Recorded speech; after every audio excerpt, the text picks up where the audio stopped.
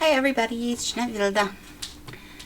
Alright, so if you've watched me at all, you know my absolute favorite time of the year is Halloween, or favorite holiday is Halloween. I absolutely love Halloween. And I recently got this gorgeous paper. It's Echo Park and it's called Halloween Party. There is one other set of paper in here, but I lost the front page and I don't know what it is. I tried to do some searches, but I couldn't find it. So I will point that out. If you know what the name of the paper is, please share, because I don't know what it is. But it's primarily it is the Echo Park Halloween Party. And then there's also these little foamy stickers that have, you know, a little bit of holograph thing to it. Those I just got at the local department store here. It's called Teddy. Real cute. So now this is, as you can see, a little circle album. And how I did this, I actually have a circle album that I purchased. It's a 4th of July, and I have never used it. I've literally had it for like 12 years, and I've never used it.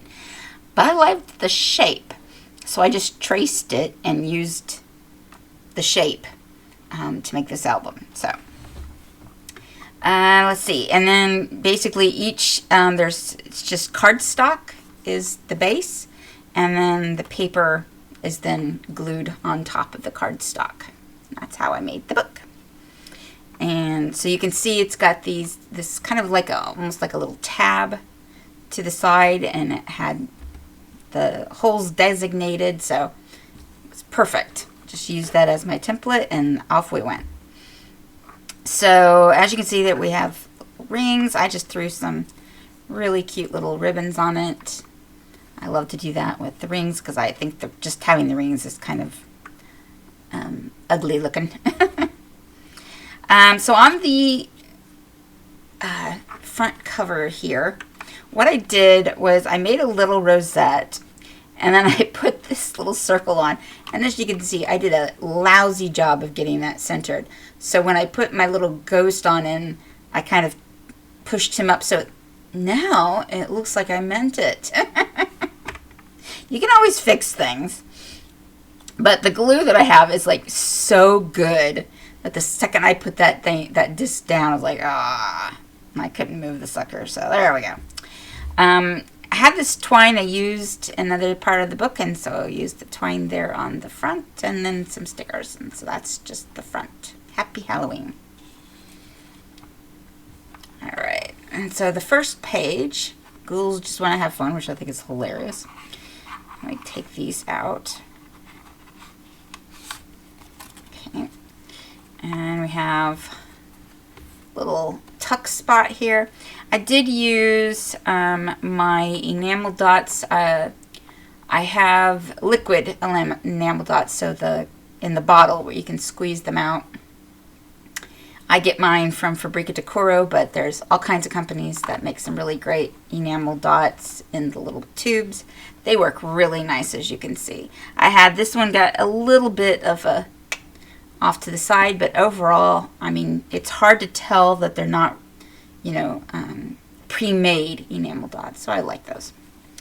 The cut-aparts for this set is immense. So I had a huge amount of cards that I did not use, and I used the 6x6 and the 12x12 to make this book, and so consequently I had a lot of little journal cards, and I backed them all with the paper since that's kind of how I did the rest of the book, and then that way it fits with the overall style.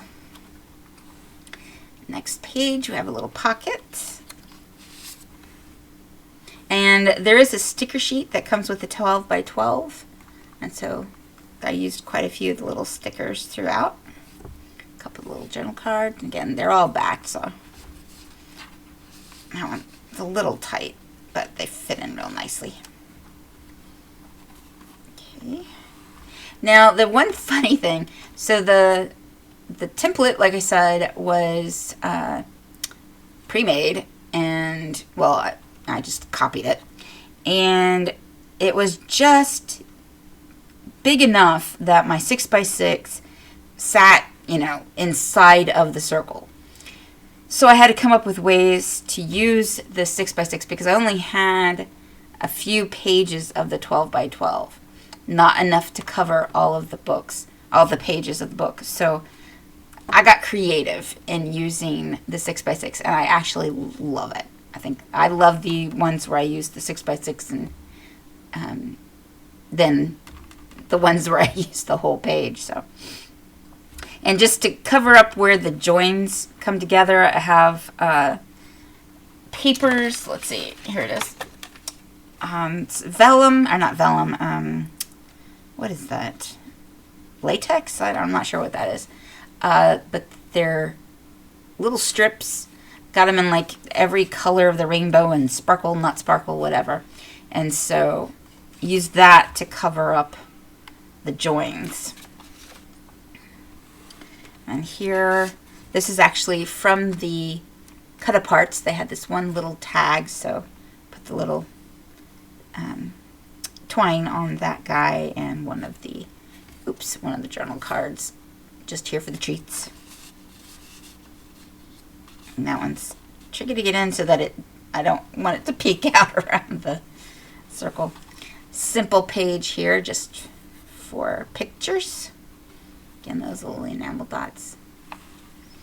And then again, this is using the 6x6 and creatively. And then this piece made a nice little pocket for a couple of, excuse me, a couple of the cards. I love this page. I think this is my favorite page.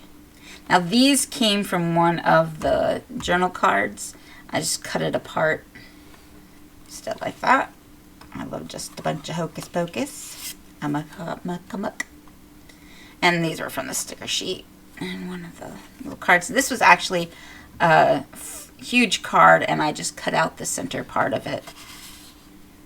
Because the full card, of course, didn't fit on my little circle. This is another one using the 6x6 to cover the page. This one I actually managed to forget to cover my joins, but luckily I had inked them so they didn't look so bad.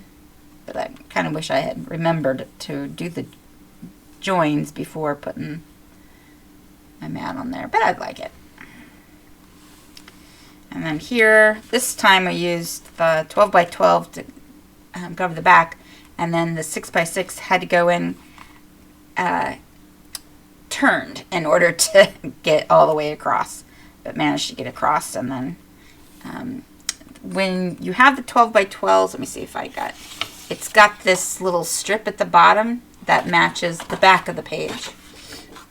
And so I used a lot of those throughout. Too cute to spook. And those are both, they were much larger cards, but like I said, cut them down to fit into the size of the page. And this is again from one of the journal cards. I just cut out the wicked. And I contemplated how to put this piece on because it kept covering her up. And then I thought it was actually kind of cute that she's covered up because she's wicked. So she's got to be covered up. And I put spell on you. And I had, in previous stuff that I've made, I die cut a whole bunch of these little webs. So I have like a jar filled with these webs that I cut out. So I thought that went perfect with the little spider dude.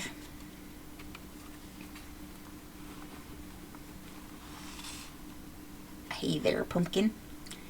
And these were made using the leftover scraps. So when so these are from all of the 6x6, and of course, like I said, trying to maneuver all the pages, I had a whole bunch of pieces that were left over, and so used them quite a bit for you know, adding little touches here and there and making little flags. And then, like you can see here, so this is the full 6x6 on the circle. And so yeah, just small enough to not fit the whole thing, but I kind of like it. I think it would have been a little boring if they were all just fully covered. And then I don't like to put too much on the backs of my books because they usually sit. And so I just used one of the big stickers from the sticker page. So that is my book. Pretty simple, really cute. Really enjoyed making that. Hope you enjoyed that. Again, it's Echo Park Halloween Party. And like I said, I think, let me see which one, if I can find one of the pages that is here. So this little witch and the book, not the book, the houses. I know the houses, and it had these little bones in it, the pumpkin and the house. There's the little witch with the cat. So those are from that other, and this little house. Those are from that other pad of paper. So if you recognize that, please let me know so I can add that down below in case anyone wants to find that paper. And I wouldn't mind finding that paper again because I really like it. All right, so there you go. If you have any questions, comments, and you know the paper, leave it down below. Otherwise, do the YouTube-y stuff, and I will see you next time. Bye-bye.